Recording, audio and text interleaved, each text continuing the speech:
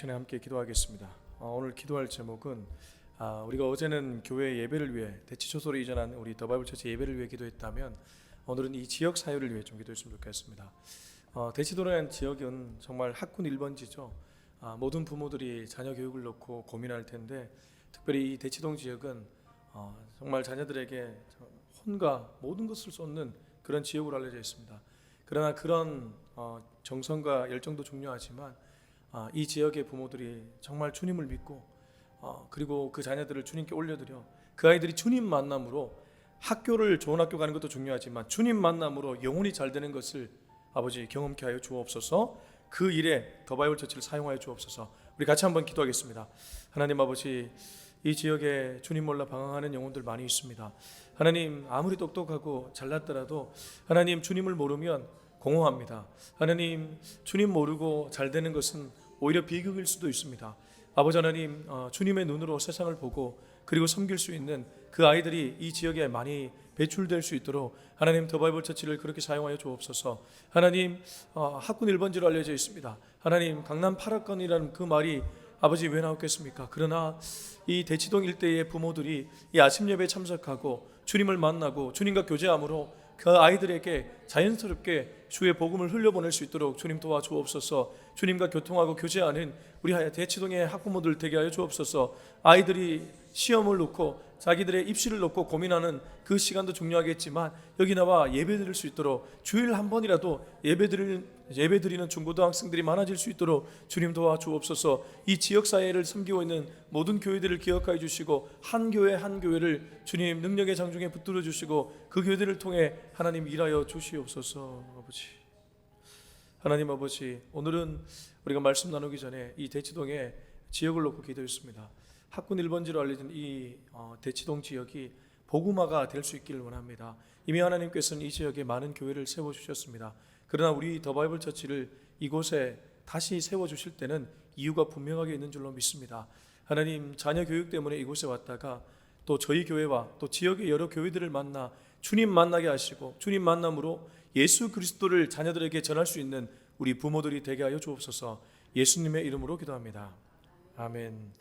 네, 오늘은 예레미야애가 4장 11절에서 22절까지의 말씀입니다. 예레미야애가 4장 11절에서 22절까지의 말씀 우리 같이 읽겠습니다. 시작. 여호와께서 그의 분을 내시며 그의 맹렬한 진노를 쏟으시며 그의 시온에 불을 지르사 그 터를 사르셨도다. 대적과 원수가 예루살렘 성문으로 들어갈 줄은 세상의 모든 왕들과 천하 모든 백성이 믿지 못하였었도다. 그의 선지자들의 죄들과 제사장들의 죄악들 때문이니 그들이 성읍 안에서 의인들의 피를 흘렸도다. 그들이 거리거리에서 맹인같이 방황하며 그들의 옷들이 피에 더러워졌으므로 아무도 만질 수 없도다. 사람들이 그들에게 외쳐 이르기를 저리 가라 부정하다, 저리 가라 저리 가라 만지지 말라 하였으며 그들이 도망하여 방황할 때에 이방인들이 말하기를 그들이 다시는 여기서 살지 못하리라 하였도다. 여호와께서 노하여 그들을 흩으시고 다시는 돌보지 아니하시리니 그들이 제사장들을 높이지 아니하였으며 장로들을 대접하지 아니하였음이로다. 우리가 헛되이 도움을 바람으로 우리의 눈이 상하며 우리를 구원하지 못할 나라를 바라보았도다. 그들이 우리의 걸음을 엿보니 우리가 거리마다 다 다닐 수 없으며 우리의 끝이 가깝고 우리의 날들이 다하였으며 우리의 종말이 이르렀도다. 우리를 뒤쫓는 자들이 하늘의 독수리들보다 빠르며 산 꼭대기까지도 뒤쫓으며 광야에서도 우리를 잡으려고 매복하였도다. 우리의 콧김 곧 여호와께서 기름 부으신 자가 그들의 함정에 빠졌으며 우리가 그를 가리키며 전에 이르기를 우리가 그의 그늘 아래에서 이방인들 중에 살겠다 하던 자로다. 우수 땅에 사는 딸 에돔아 즐거워하며 기뻐하라. 잔이 내게도 이를지니 내가 취하여 벌거벗으리라. 딸 시온아 내 제약의 형벌이 다였으니 주께서 다시는 너로 사로잡혀 가지 아니하게 하시리로다. 딸 에돔아 주께서 내 죄악을 벌하시며 내 허물을 드러내시로다. 아멘. 가끔 피하고 싶은 성경이 있습니다. 목회자인 저도 가끔은 좀 피하고 싶은 그런 성경이 있습니다. 그 중에 하나가 이 예레미야 애가입니다. 왜 그러냐 하면 딱 보기에도 굉장히 부정적이지 않습니까?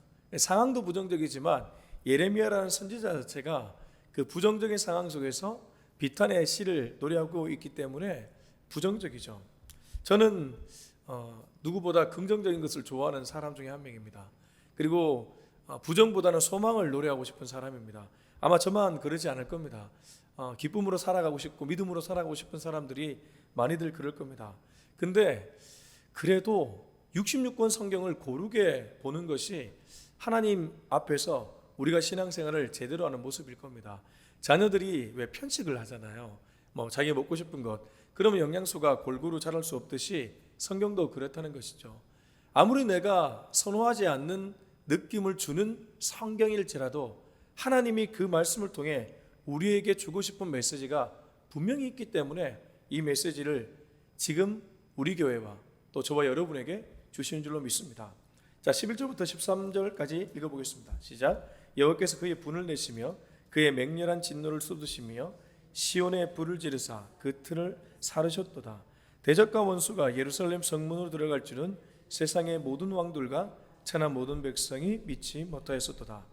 그의 선지자들의 죄들과 제사장들의 죄악들 때문이니 그들이 성읍 안에서 의인들의 피를 흘렸도다.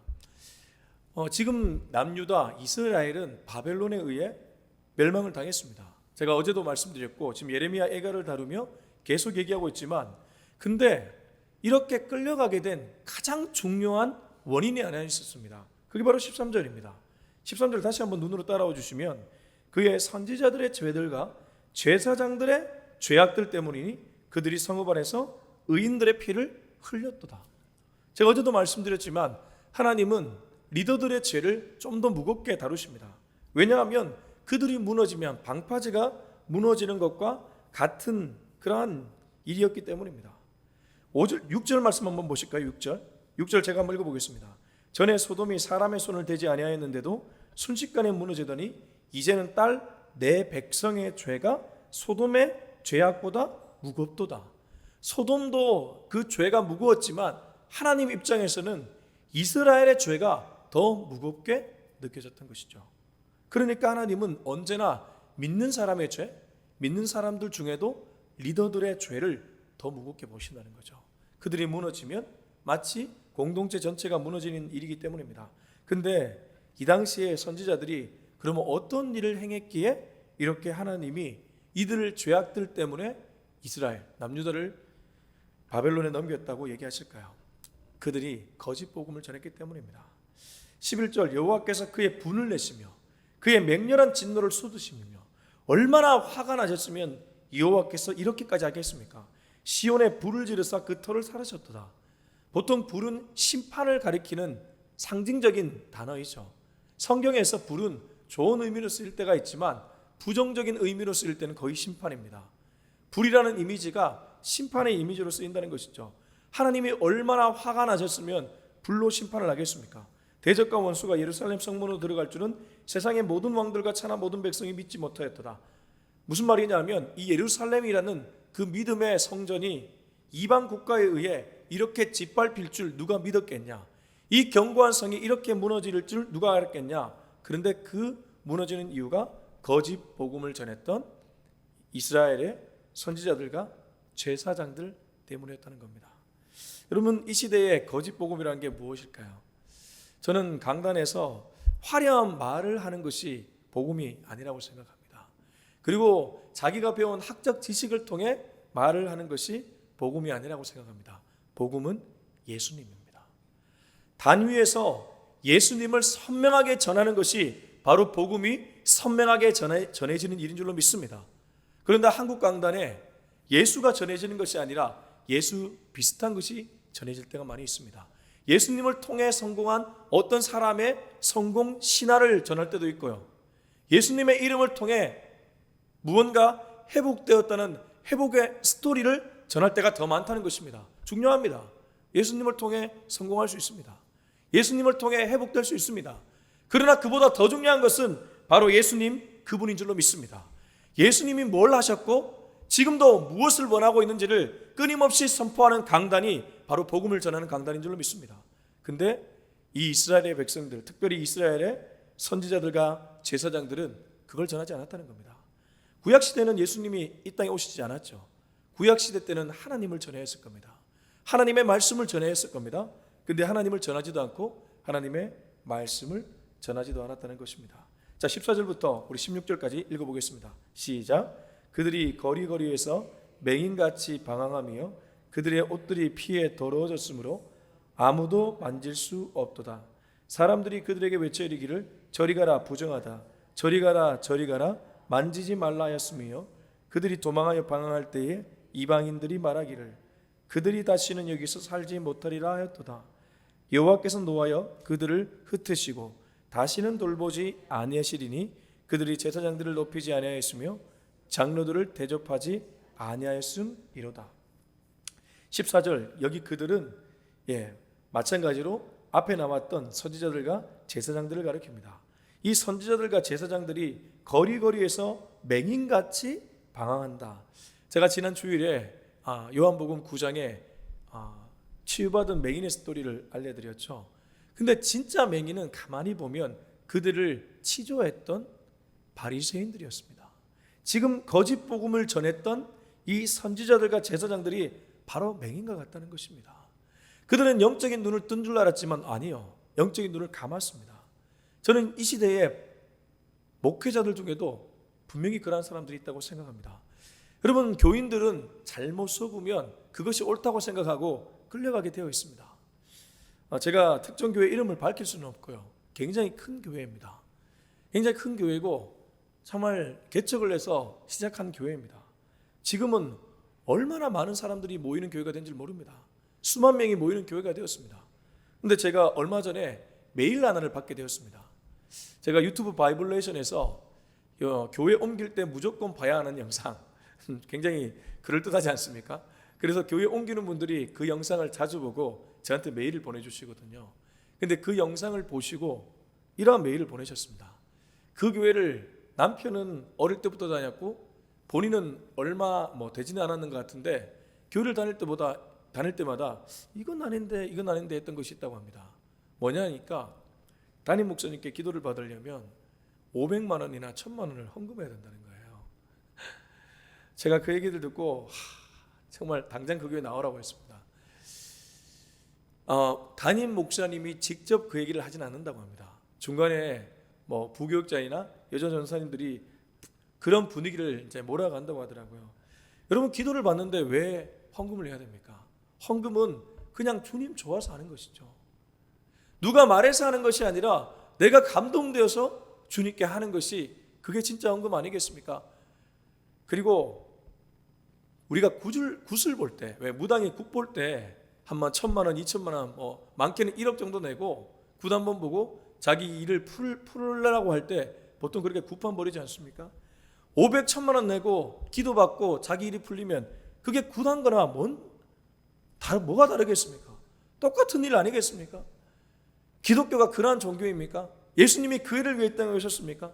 그런데 우리가 그 예수님을 그 자리에 끌어내릴 때가 있다는 것이죠. 이들이 그렇게 했습니다. 그래서 이들은 눈 감은 맹인과 같았다는 것입니다.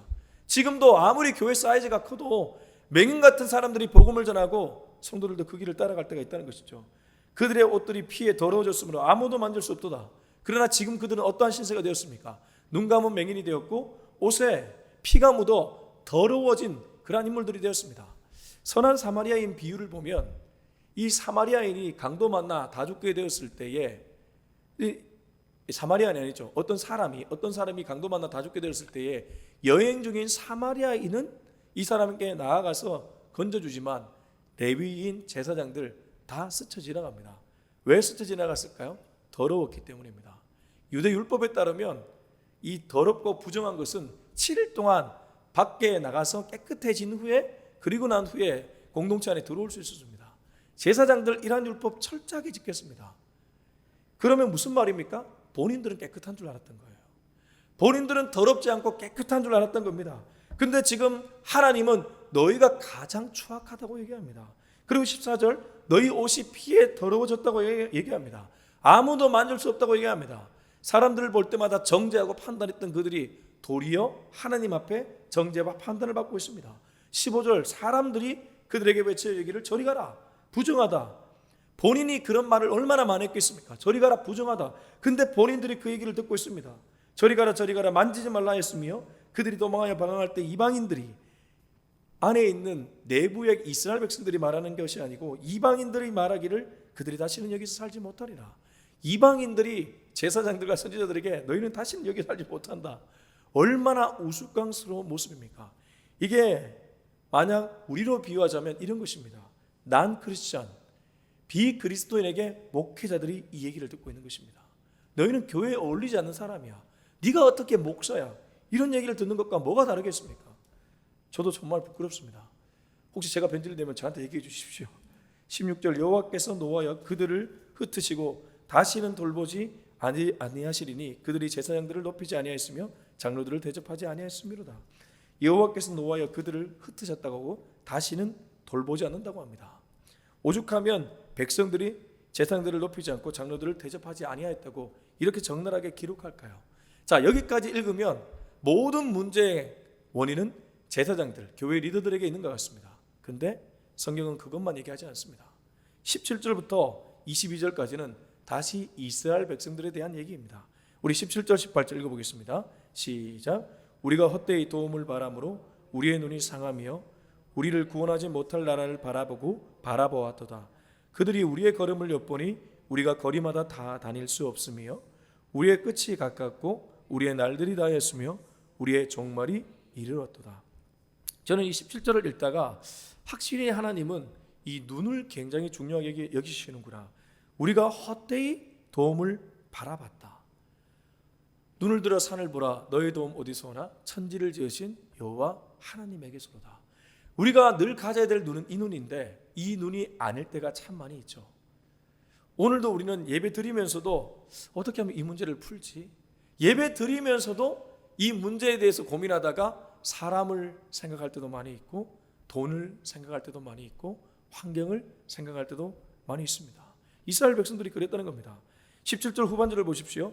우리의 눈이 상하며 우리를 구원하지 못할 나라를 바라보았으며 바라보았도다.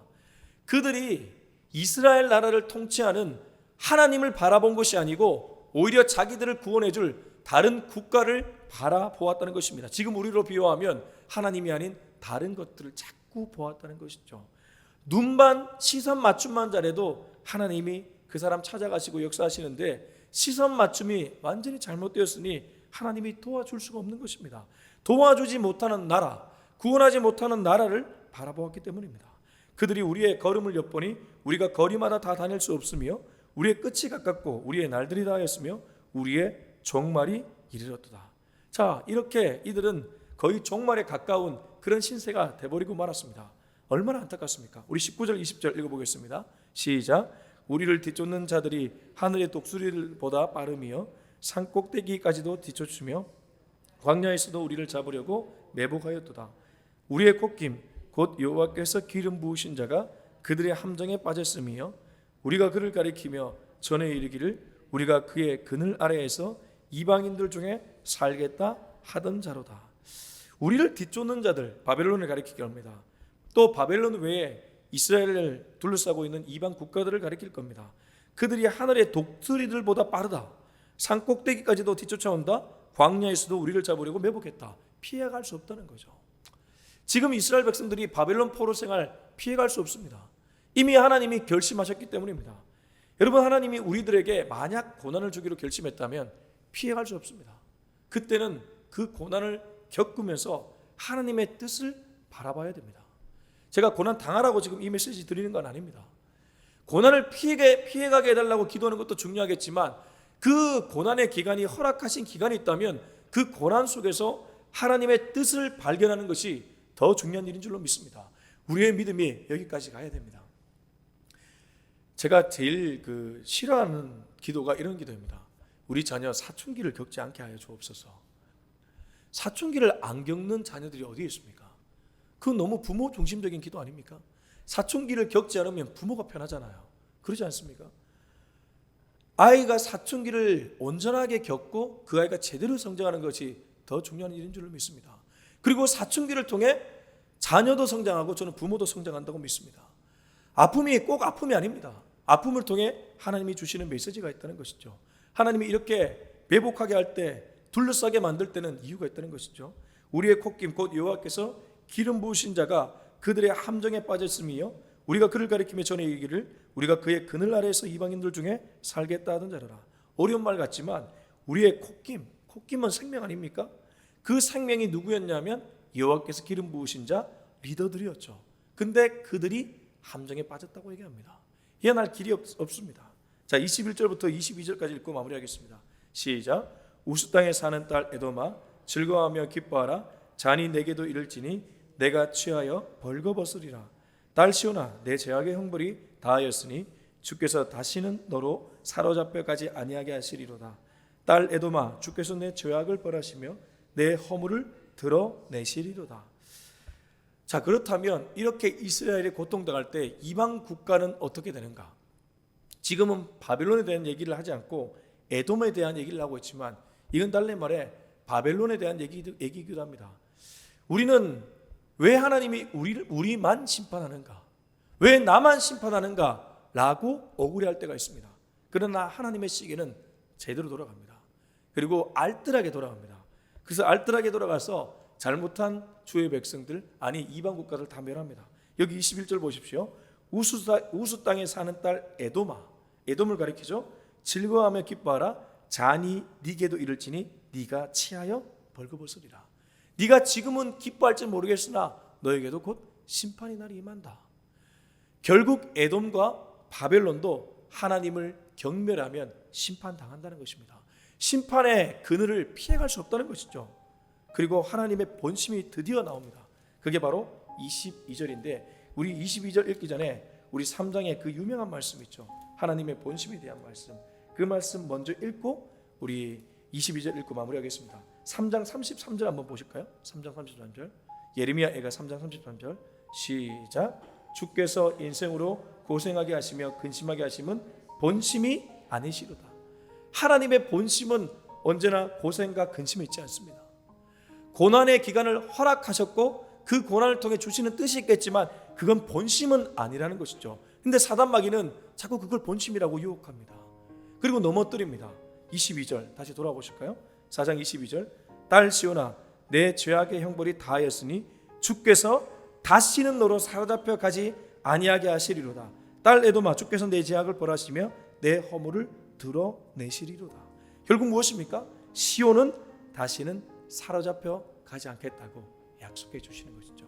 비록 지금은 네가 사로잡혀 가지만 결국 너는 풀려나게 될 것이다. 이게 하나님의 본심인 줄로 믿습니다. 하나님의 때에 분명히 하나님은 역사하십니다.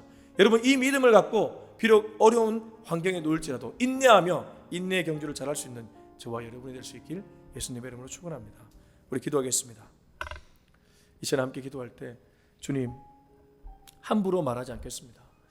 함부로 하나님께서 고난을 주셨을 때 고난 벗어나게 해달라고 기도하지 않겠습니다. 오히려 고난 속에서 하나님의 뜻을 발견할 수 있는 우리가 되게 하여 주옵소서. 우리 이 기도 좀 가지고 다 같이 한번 기도하겠습니다. 하나님 아버지, 때로 하나님이 고난을 겪으라고 할 때는 분명한 이유가 있는 줄로 믿습니다. 하나님, 그 고난을 빨리 벗어나는 것이 능사가 아니라 고난을 제대로 겪고 오히려 그 속에서 하나님의 뜻을 발견하고 성장해 나가는 것이 더 중요한 줄로 믿습니다. 주님, 주님의 뜻을 언제나 궁금해하고 주님의 뜻을 분별할 수 있는 우리 모두가 되게 하여 주옵소서. 하나님 아버지, 하나님은 생명의 복음을 전하라고 우리 교회를 세워주셨습니다. 또 저를 세워주셨습니다. 이 일에 전심전력할 수 있는 제가 되게 하여 주옵소서. 이 지역에 주님을 모르는 영혼들이 얼마나 많이 있습니까? 그 영혼들에게 복음을 전하기 위해 아버지 하나님 애를 쓰고 진심을 다하는 제가 되게 하여 주옵소서. 한 영혼을 주님의 품으로 돌릴 수 있도록 주님 도와 주옵소서. 특별히 오늘 말씀을 통해 하나님께서 저를 깨닫게 해주십니다. 언제나 말씀은 저에게 주시는 메시지입니다. 하나님 성도님들에게 전하기 전에 저에게 주신 하나님의 메시지임을 깨닫고 저를 통과한 메시지를 전할 수 있도록 도와 주옵소서. 주님의 말씀은 살아있고 운동력이 있어 우리의 영과 혼과 심령골수를 찔러 쪼갠다고 했습니다. 주여, 우리 심령골수가 찔러 쪼개지는 역사가 매일 있게 하여 주시옵소서.